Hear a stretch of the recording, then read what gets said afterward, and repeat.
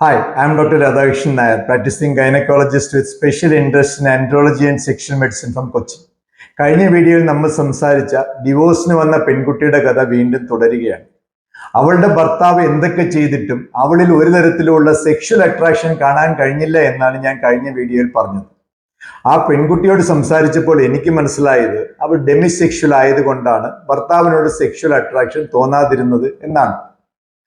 3-4 counselling കഴിഞ്ഞിട്ടും അവളിൽ ഒരു മാറ്റവും ഉണ്ടായില്ല. ഇക്കൂട്ടർ ഫിസിക്കൽ റിലേഷൻഷിപ്പ് വളരെ സ്ലോ ആയിട്ടായിരിക്കും ആഗ്രഹിക്കുക. എമോഷണൽ കണക്ഷൻ ഉണ്ടാക്കാൻ വേണ്ടി കുറച്ച് സമയമെടുക്കും. ചിലപ്പോൾ ഒരു നോൺ സെക്ഷൽ ടച്ച് സമ്മതിച്ചു എന്ന് വരാം, കൈപിടിക്കുക, കെട്ടിപ്പിടിക്കുക തുടങ്ങി. പക്ഷെ വിവാഹം കഴിഞ്ഞാൽ ഇത്രയും സമയമെടുത്ത് ഒരു റിലേഷൻഷിപ്പ് ഉണ്ടാക്കാൻ സാധിക്കാത്തതിന് കാരണം ഭർത്താക്കന്മാർക്ക് ഈ കണ്ടീഷനെ പറ്റി അറിയാത്തത് കൊണ്ടും അതിന് സമയം കൊടുക്കാനുള്ള ക്ഷമയില്ലാത്തത് കൊണ്ടും ആവാം. സാധാരണ അറേഞ്ച് മാരേജ് നടത്തുമ്പോൾ പരസ്പരം കണ്ടു കഴിഞ്ഞാൽ മെല്ലെ സംസാരിക്കാൻ തുടങ്ങും. അത് മെല്ലെ ഇഷ്ടത്തിലും പ്രണയത്തിലും മറ്റുള്ള അട്രാക്ഷനിലും എത്തുമല്ലോ. ചിലർ തല്ലിപ്പിരിയുകയും ചെയ്യും. ഈ കുട്ടിക്ക് ഇവൾ ഡെമിസെക്ഷൽ ആണെന്ന് അറിഞ്ഞിരുന്നില്ല.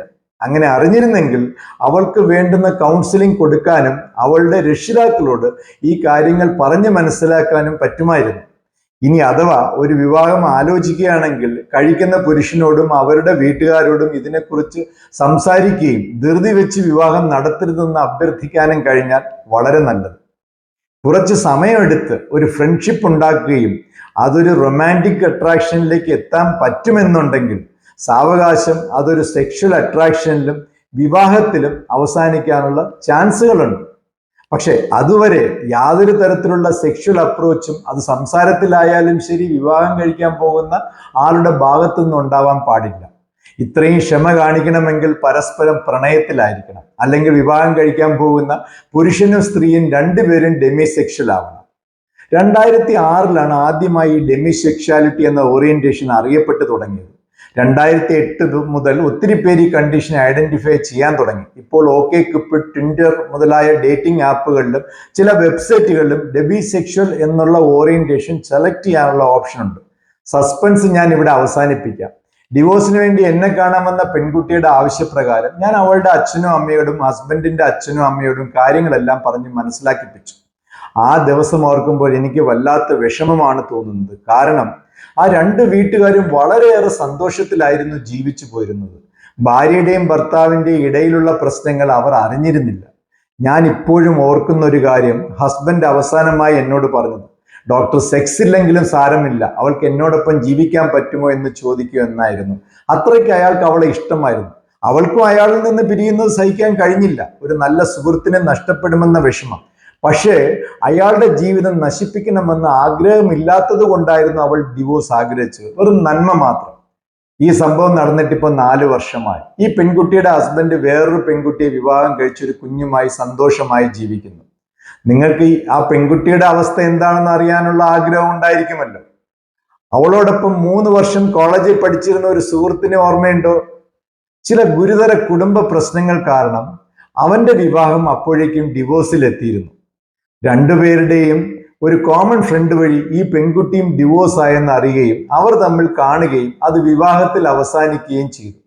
അടുത്തിടെ അവർക്കൊരു കുഞ്ഞുണ്ടായി. ആ കുഞ്ഞുമായി രണ്ടുപേരും എന്നെ കാണാൻ വന്നിരുന്നു. ഡെമിസെക്ഷുവാലിറ്റി എന്ന ഓറിയന്റേഷൻ കാരണം കഴിഞ്ഞ 8 വർഷത്തിനിടയിൽ 12 പേരാണ് എൻ്റെ അടുത്ത് കൗൺസിലിങ്ങിന് വന്നത്. വിവാഹം കഴിഞ്ഞ 5ഉം 8ഉം 14ഉം വർഷങ്ങൾക്ക് ശേഷമുള്ള ദമ്പതികൾ സെക്സിനോട് താല്പര്യം ഇല്ല എന്ന പ്രശ്നവുമായി എൻ്റെ അടുത്ത് വരാറുണ്ട്. അവരുടെ ഭാര്യ നിർബന്ധിച്ചിട്ട് ഭർത്താവിനെ കൊണ്ടുവരുന്നതോ അല്ലെങ്കിൽ ഭർത്താവ് നിർബന്ധിച്ച് ഭാര്യയെ കൊണ്ടുവരുന്നതോ ആവാം. നമ്മൾ അവരോട് ഡീറ്റെയിൽ ആയിട്ട് സംസാരിക്കുമ്പോൾ നമുക്ക് മനസ്സിലാവും അതിൽ ചിലരെങ്കിലും ഒരാൾക്ക് സെക്സിനോട് താല്പര്യം ഇല്ലാത്തതിന് കാരണം അവർ ഡെമിസെക്ഷൽ ആയതുകൊണ്ടായിരിക്കാം എന്ന്. നേരത്തെ പറഞ്ഞതുപോലെ കുട്ടികൾക്ക് വേണ്ടിയിട്ടോ ദാമ്പത്യ ബന്ധത്തിൽ പ്രശ്നങ്ങൾ ഉണ്ടാകാതിരിക്കാൻ വേണ്ടിയിട്ടോ സൊസൈറ്റിയിൽ ആരും അറിയാതിരിക്കാൻ വേണ്ടിയിട്ടോ അവരുടെ രക്ഷിതാക്കളെ വിഷമിപ്പിക്കാതിരിക്കാൻ വേണ്ടിയിട്ടോ എല്ലാം സഹിച്ച് ഒരു അഡ്ജസ്റ്റ്മെന്റ് ജീവിച്ചു പോകുന്ന ഒത്തിരി ദമ്പതികൾ നമ്മുടെ ഇടയിലുണ്ട്.